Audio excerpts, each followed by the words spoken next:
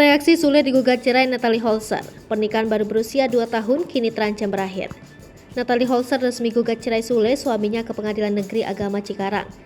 Gugatan cerai Natalie Holzer bak menjawab nasib rumah tangga Sule terancam berakhir. Usia pernikahan baru masuk 2 tahun itu pun kini di ujung tanduk lantaran Natalie Holzer ingin cerai dari Sule. Lalu bagaimana reaksi Sule pasca digugat cerai? Sang komedian nampaknya begitu terpukul dengan keputusan Natalie Holzer menggugat cerai. Meski bukan yang pertama kali digugat cerai, Sule harus menghadapi kenyataan pahit rumah tangga terancam pisah. Kesedihan Sule digugat cerai Natalie Holzer terlihat dari postingan terakhir Instagramnya. Terlihat Sule mengunggah video sang putra bungsunya Azam. Tak hanya itu, di postingan tersebut juga tertulis caption menyedihkan. Sebelumnya, dilansir dari Tribun News, Natalie Holzer sudah menggugat cerai Sule pada Minggu 3 Juli 2022 lalu.